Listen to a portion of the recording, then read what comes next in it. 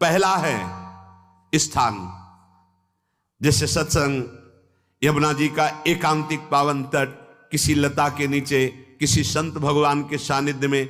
अब हमारा ये स्थान भजन वृत्ति बढ़ाएगा। उस व्यक्ति का घर जिसके पास जाने से वासनाएं बढ़ रही, उस स्थान में जहां दृश्य देखने से हमारे अंदर गंदी बातें आ रही। पहला है स्थान। दूसरा है अन्न। बहुत बड़ा प्रभाव अन्न का होता है। अगर अधर्म के द्वारा कमाया हुआ अन्न है तो बुद्धि अधर्म में ही लगेगी। यदि भोजन पकाते समय, रसोई रांधते समय आप विकारात्मक चिंतन कर रहे हैं तो कोई भी प्रसाद पाए उसके अंदर विकार जागृत हो जाएगा। अन्न का बहुत बड़ा प्रभाव पड़ता है। एक बार पूज्य पाद उड़िया बाबा जी महाराज अपने परिकर के साथ भ्रमण में थे तो किसी बड़े धनी मानी ने निमंत्रण दिया, महाराज आज यहीं रुको। तो बाबा ने कहा हम लोग गांव के अंदर नहीं रुकते, तो बाहर कोई वृक्षों का समुदाय, जंगल जैसा, तो उसमें वहां रुके, पर भोजन उनकी तरफ से। भोजन सबने पाया। जब सुबह हुआ तो महात्मा जन, साधक जन एक दूसरे की तरफ देखे और बोले आज तो हमको बड़ा दोष हुआ, गंदा स्वप्न आया और हमारा संयम बिगड़ गया। बोले ये तो हमको भी हुआ, जितने थे सबको हुआ। उड़िया बाबा के समीप गए। बाबा ने कहा अच्छा ऐसा हुआ, ये तो अन्न दोष है, बुलाओ सन्न पवाने वाले को, फिर चलेंगे।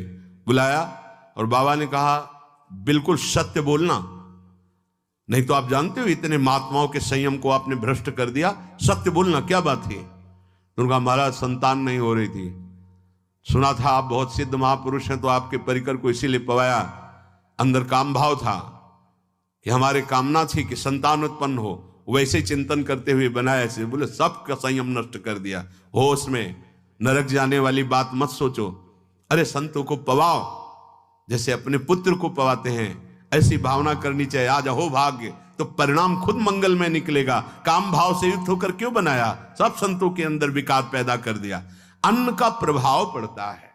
हम जैसा अन्न पाते हैं वैसा, कई बार सुनाया है। सिद्ध महापुरुष पूज्य प्रातः स्मरण श्री बलराम दास जी महाराज झाड़ू मंडल के, यमुना के पावन तट पर ही है, रास मंडल के पास ही, वो अपने एक लता के नीचे बैठे हुए भगवत चिंतन कर रहे थे।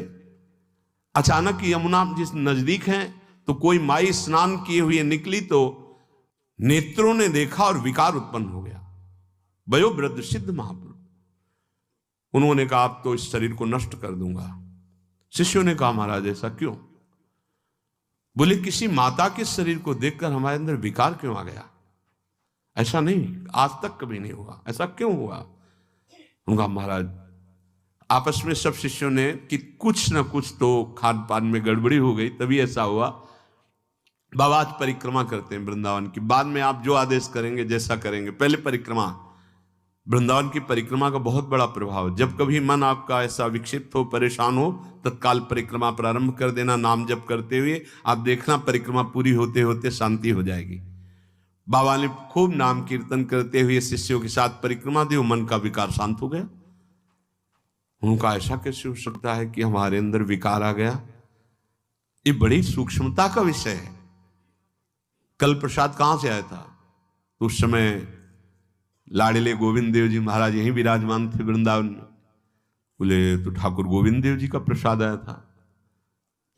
लकुट उठाई, गए हो तो भगवत स्वरूप तस्मित तज्जने भेदा भावात। भगवान और भगवान के ऐसे जनों में भेद नहीं होता, वो भगवत स्वरूप होते हैं। गए और कहा बताओ आपका प्रसाद न पावे तो अपराध लगे कि प्रसाद नहीं पाया, और प्रसाद पावे तो हमारे अंदर काम जागृत हो जाए, हम तो मरे ना दोनों तरफ से। तो ठाकुर जी बात कर रहे थे, दूसरों को नहीं सुनाई दे रहा था। कह रहे थे कि देखो नाराज मत हो, कलकत्ता की वैश्या थी, उसने भोग लगाया, अब उसने भोग लगाया तो हमने चख पाया। तो आपको प्रसाद का किनका लेना चाहिए? किसने कहा था कि पूरा प्रसाद पाइए? जरा किनका ले लेते हो, मधुकर ही पाते। हाँ ये बात आपकी मान। तो हमारा तो पूरा विश्व है, कोई भी भोग लगाएगा हम तो पाएंगे। और हमारे प्रसाद की निष्ठा आप सबके हृदय में, तो किनका लीजिए, पूरा मत पाइए, सोचिए।